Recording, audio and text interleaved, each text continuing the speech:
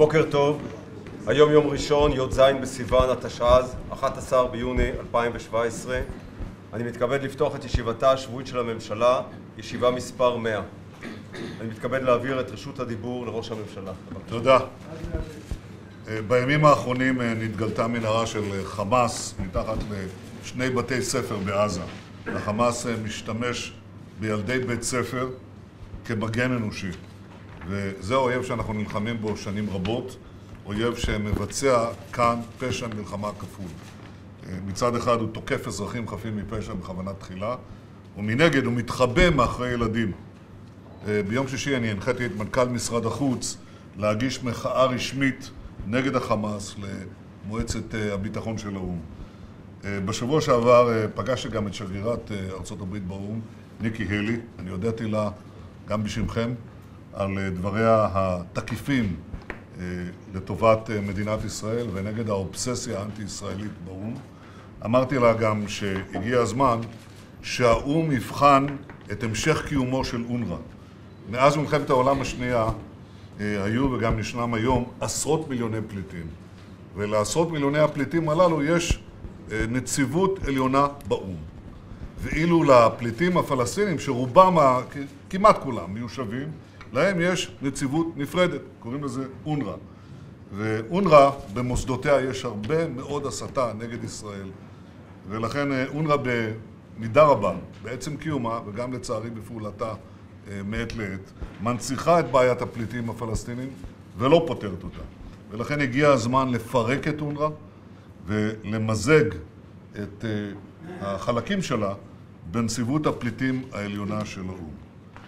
במסגרת המאמצים והפעולות לשיפור מוכנות העורף לשעת חירום, אנחנו מתחילים היום תרגיל לאומי לרעידת אדמה, קוראים לזה רעידת אדמה 217. אז קודם כל אני מקווה שלא תהיה רעידת אדמה ב-217. יש מספיק רעידות אדמה מסביבנו באזור, במלוא המובנים.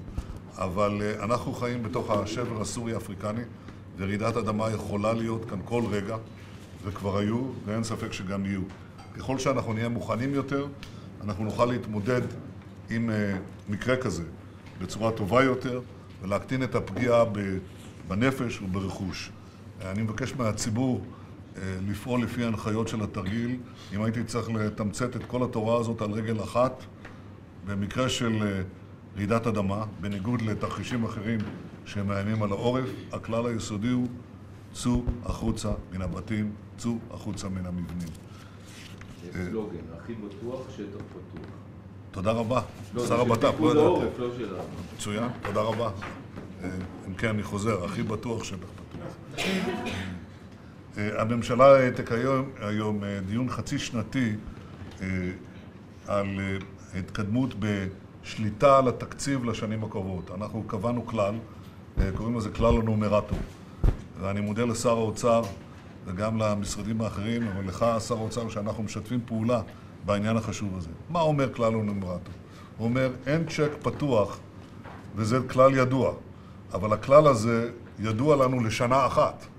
אנחנו קובעים תקציב, ואנחנו מחויבים לעמוד בתקציב. יש חוק. שנתיים, סליחה. אני מודה לשר האנרגיה, כן? והתשתיות, עוד מעט שר האנרגיה ושר האוצר לשעבר. זה נכון. אנחנו קובעים תקציב לשנתיים. אבל הממשלה כל הזמן מקבלת החלטות תקציביות לשנים מעבר לשנתיים. ועל ידי כך אנחנו קובעים התחייבויות תקציביות שאחר כך קשה לנו מאוד לעמוד בהן. כלל הנומרטור אומר שאנחנו מתכנסים למסגרת תקציבית גם בהתחייבויות ארוכות טווח. זה שינוי רדיקלי באופן עבודת הממשלה. זה שם את ישראל בין קומץ מדינות, אין הרבה מדינות שפועלות כך, בין קומץ המדינות המובילות בהתנהלות פיסקלית, בהתנהלות תקציבית בעולם. ואני חושב שהדיון הזה מבטא את העובדה שהכלכלה של ישראל, לא רק שהיא חופשית ותוססת ויצרנית, היא גם מנוהלת היטב. וזה דבר חשוב מאוד. ושוב, אני מאוד מעריך את שיתוף הפעולה שלך, שר האוצר ומשרדך, והעבודה המשותפת שלנו כדי לשדר את האחריות הזאת לעולם, וזה משפיע, כפי שאנחנו רואים בתוצאות הכלכליות. אנחנו נאשר היום תוכנית דיגיטלית לאומית אנחנו רותמים את המהפכה הדיגיטלית לצמצום פערים, צמיחה כלכלית, שיפור השירות לאזרח, יש בזה גם הרבה היבטים אחרים. זהו אחד המפתחות לעתיד משגשג ומתקדם, ואני אבקש מהשרה המופקדת על כך, גילה גמליאל, לומר כמה דברים. בבקשה, גילה. תודה לראש הממשלה. אין ספק שמדינת ישראל היא מדינת הסטארט-אפ. אנחנו מובילים, אחת מחמש המדינות המובילות בעולם בתחום הדיגיטל. המדיניות אותה אנחנו נתווה בתוכנית שאני אציג אותה כאן היום, היא לא להשאיר אף אחד ואף אחת מאחור. כלומר, מן הצד האחד נדאג להמשיך ולהוביל בצד הדיגיטלי, אבל מן הצד האחר אנחנו נדאג לפתח ולתחום את התחום הדיגיטלי לצמצום פערים בחברה שלנו, לצמיחה כלכלית מואצת, וכמובן לממשל חכם וידידותי. תודה.